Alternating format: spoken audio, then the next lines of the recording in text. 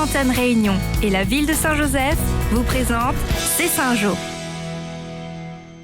Dans votre magazine, la découverte d'un jardin entièrement réalisé par les élèves du collège de la Marine à Vincent-d'Eau et la signature de la charte d'adhésion entre le Parc national et Saint-Joseph. C'est maintenant, c'est Saint-Jo.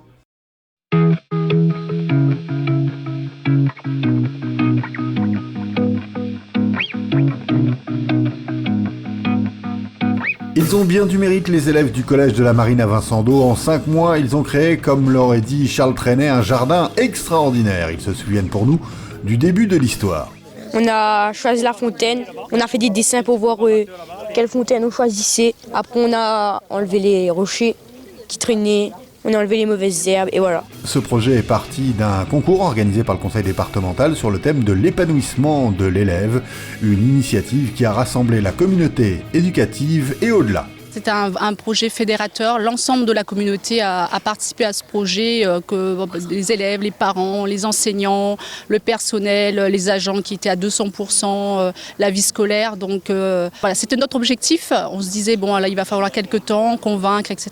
Mais en fait, ça a été très, très facile. Sortir les élèves des classes pour des apprentissages en plein air, comme pour les mathématiques. Mon premier cours en 3e que je faisais jusqu'à présent, j'introduisais à travers le Tipeee le chapitre sur le théorème de Thalès. L'année prochaine, avec ce Tipeee, j'emmène mes élèves là et avec l'ombre du Tipeee, on va calculer des distances inaccessibles. Même si le jury n'a pas encore vu tous les projets sur l'île, celui de Vincent-d'Eau a semblé leur avoir beaucoup plu.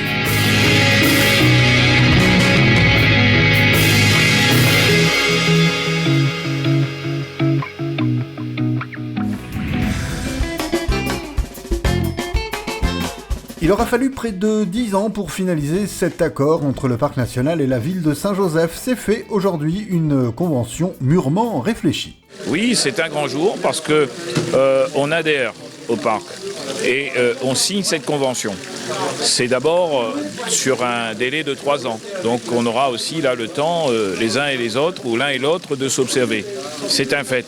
Le deuxième, c'est que moi je ne vais pas dans une démarche de peur du gendarme. Je vais dans une démarche de se dire qu'il y a des contrôles, certes, mais on part dans une démarche d'adhésion, dans une démarche de projet.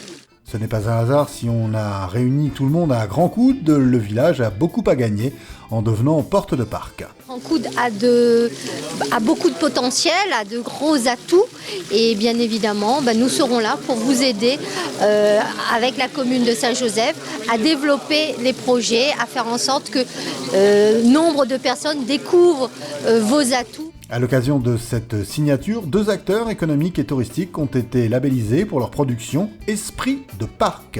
Monsieur Guichard pour le thé et Monsieur Lépinet pour le célèbre Bourbon pointu. C'est quand même la consécration de 10 années de travail. Je ne compte pas les 8 années d'avant. Au moment de ces 10 dernières années, on a beaucoup misé sur la qualité, beaucoup misé sur la transformation et sur les produits dérivés. Parmi les projets prioritaires, l'ouverture prochaine du sentier entre Grand Coude et le Morne-Langevin est très attendue par les randonneurs de toute l'île et tous les acteurs du tourisme à Grand Coude. Dans votre agenda, réservez votre soirée du 13 juillet à la Caverne des Hirondelles pour la Saint-Jo Mix Party. Invité vedette K-Black entouré d'artistes locaux.